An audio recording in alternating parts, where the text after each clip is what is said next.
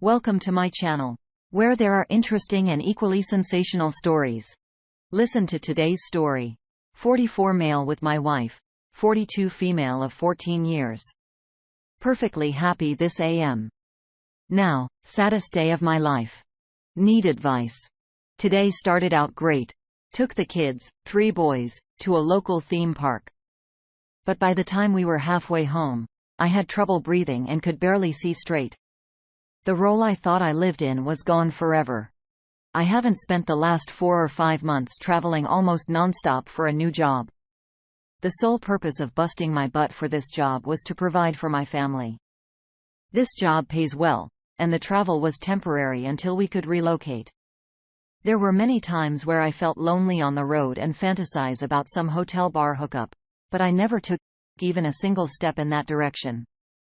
There were small signs over the past few months, but I chose not to look under that rock. We have a very happy life. 3 awesome boys that I love more than anything else in the world. Lots of laughter and fun times with the boys and my wife. A decent sex life, I thought. The tiny signs I saw, a glance, a deleted text, a feeling of distance were just enough to make me ponder what if, but what I even want to know the truth of something were happening. I was probably just imagining things. Life was good. A few weeks ago, we sold our house and finally moved to the new job location. Before, during and after the move, my wife has been having unprovoked crying episodes, which she claimed was due to the stress of the move. We almost never argue, much less fight, which might be part of the problem, and I felt terrible that she was sad. We both agreed the move was the right thing to do, but maybe we'd made a mistake. Today, we're in the theme park and my phone dies. So I asked to borrow hers. Her PIN code has been changed. Okay. Then I noticed an outbound text to the realtor that sold our house. The person I just gave a $37,500 commission to, which is odd. The text is casual. What time is the picnic? But there is no chat history to put that into context. Those tiny signals from weeks past are now starting to seem like blinding neon signs. However, this cannot be true. More to prove myself wrong than anything, I pulled up the detailed activity log on our mobile account while we were at lunch. I have never ever done anything like this in the past. The mere fact I'm looking at our account log is making me nauseous. I am blowing this all out of proportion. I am crazy for even thinking this. Okay. Not much here other than a few calls around the time the house sold, normal. Then I look at the text activity log and my heart sinks. I'm at a restaurant with the boys and I might just have either a panic attack or a heart attack right in front of them. I make up an excuse to go for a walk. I stumble aimlessly around the parking lot for 20 minutes.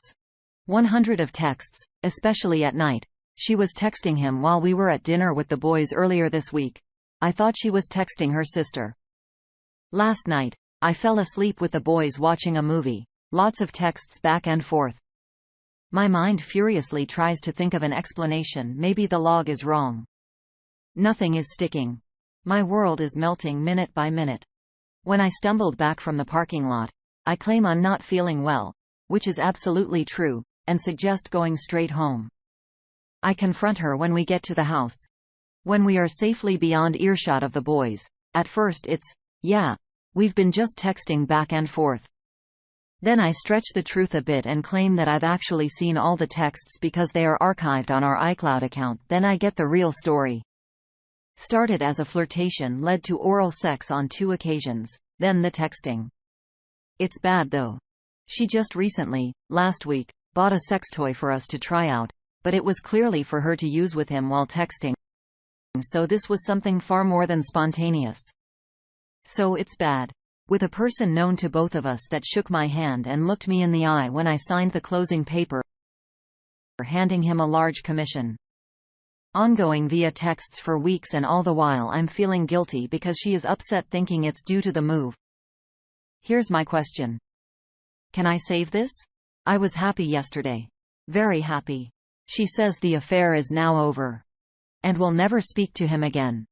She will do anything to fix the relationship. Says she just wanted the attention. And I admit that I haven't been giving her much, or is that because she was distant due to the affair? I truly do think she is sorry and wants to fix this. Is this possible? 100% of the posts I've read on here recommend lawyering up. I can't even begin to imagine a life without my wife and kids. I want to fix this. However, I'm also destroyed. I wonder if I can ever get these images out of my mind, if I can ever feel like we're not just pretending things are the way they used to be. Can we fix this? Does it happen? If so, what is the first step? Let's go to the community. Bainling starts us off. One thing I haven't seen people mention: the dude. If I were you, I'd go directly to his firm and his boss and present this information. You trusted him to come into your home, gave him the keys to your house, and this is what he decides to do on company time. Oh, and trust me, the flirtation happened on company time. Yes. The wife is equally, if not more, at fault, but people already mentioned it. The agent, on the other hand, is extremely unprofessional, and this is a huge breach of trust. His firm and his boss deserve to know as much as you did. Cowardice and Sandwiches has the next comment. Reporting him to his broker may get him let go from his brokerage, but most realtors are independent contractors and can readily start up somewhere else. OP ought to report the agent to the state licensing authority. LL Saluna says, it's only over because she's been found out. Does the guy know it's over yet? Similarly, she was sad because she didn't want to leave him and what she had with him. I'm not buying that the toy was for use during texting either. It sounds like there were future plans to see each other. If the marriage has any hope of being repaired, it's time for counseling, both joint marriage and solo, starting this week. Keep in mind, in either your marriage or trust will be repaired overnight. You could start tonight by making a list of things she needs to do to make you comfortable, end the relationship with a guy, block him on all social media, and block his phone number after she ends it. Then come up with other things you'll need to have any level of comfort. As it is right now, you won't be okay if she goes to the grocery store by herself because of the lack of trust. So give some thought to things on how you're going to move forward. Therapy will be a huge help with these. Let's get the OPS's response before moving on to the next story. Thanks for the feedback and the advice. I feel better just knowing people can relate to my story. I know this is bizarre, but I feel like pretending this whole thing never happened. Therapy would make it official that we do have a problem and force me to face it. It's absolutely the right thing to do, but it's oddly terrifying. I feel like I'm somehow rewarding her with therapy, like she gets the attention she wanted by doing something terrible. I realize that also makes no sense whatsoever. I hope I have the courage to go through with it. Alright, moving on. My 29 female, ex-husband, 33 male, a chronic liar and a cheater. Things I screwed him over in the divorce.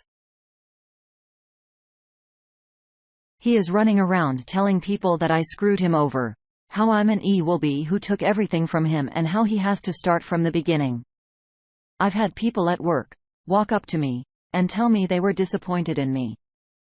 Backstory: we were together for 7 years and married for 3. We have 2-year-old boys. I discovered he was cheating throughout the last 3 months of my pregnancy with his friend. I caught him in his lies, and he lied and lied and lied some more. I literally found sexually explicit texts, hotel bookings for 2 in our city, when he said he had to go on a trip for work, and he's still denied ever cheating. Not sure if it matters, but my pregnancy was somewhat complicated, so I wasn't allowed to do much physical activity. We stopped having sex because of that. He couldn't keep it in his pants for 3 months. I found out about the cheating at the 8-month point, and the stress really did a number on me. The boys were born premature. I made sure my ex wasn't in the delivery room, but his mother was. I love my mother-in-law. She has always been there for me and took my side with this too. She was disgusted by what her son did. She was cheated on by her husband too, so she really took this to heart. With her support, I kicked my ex out of our joint house. He initially refused to move out. She helped me get the best divorce lawyer and well, let's just say he paid for putting us through this. He's very bitter towards me now because he didn't get to keep the house among other things. I wouldn't care, but he has been spreading rumors that I lied and ruined his relationship with his mother, and how I used him to get a comfortable life, how I made up the cheating to get my way. I'm just at my wit's end here. When I confronted him about all of this, he denied spreading rumors. He claimed to still love me and wanting me and how I let my crazy hormones get the best of me, but we should be a family for the boys. I'm finding it really hard not to strangle him. Any tips to handle him going forward? I have full custody of our kids, but he has visitation rights. Our one and only comment from the story comes from Yes. I left his ass 2398. Well, first, what you were dealing with is called a smear campaign. It's meant to punish you and also make him the victim and alienate you from others and erode your reputation professionally and personally. It uses others as flying monkeys to do the dirty work. People like you describe. They are very charismatic. They don't have to be super smart either. Some people are naturally good at manipulation and emotional abuse. And make no mistake, this is all emotional abuse. He doesn't love you. This isn't all coming from a place of hurt.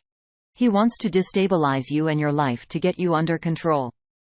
It's not likely because he deeply loves his children. It's more likely because he is furious that you had the audacity to leave him and also that he spent years emotionally abusing you and putting in all that effort. He wants to control you again. Don't be confused about this. I highly recommend you go and get this book right now. It's called Why Does He Do That by Lundy Bancroft. It's a great first book for understanding and gaining clarity on what you are and have been dealing with from him. As for dealing with him for the kids, I highly recommend you use the Grey Rock method. It's on lovefraud.com. It basically is that you give him nothing, no emotion, no information, no contact, no anything other than the absolute minimum, no more, nothing, no reactions to his bait to get you to engage with nasty tactics. You are a plain, smooth, edged gray rock. I would also go out and get one of these old composition books with the black and white speckled covers that have pages sewn in. Use it as a log. Log into it with date and time and facts about what encounters have. What he says, do not use emotional words or put your personal feelings in it. I also recommend you take a look at your state laws for parental alienation because he's a good candidate to do that. He's going to want to erode you to your kids and use them as flying monkeys to hurt you forever. In some states, this is against the law. That's why the comp book can be very helpful. Also, keep any texts and emails and force him to use email and text only to contact you so it's all in writing. If he calls, send it to voicemail. Save all this stuff in your files. So do yourself the favor and start learning about what you are really dealing with here. He doesn't love you. You are a thing, an object that belongs to him. You make him look like a normal, healthy person. He gets that air of respectability, and he misses emotionally abusing you. He's mad he can't make you come back. So be very careful here. Don't give any info to any of those flying monkeys that he sends your way. Identify them and cut them out of your life. Do not explain anything to them about your personal life. Protect yourself. You really need to do that.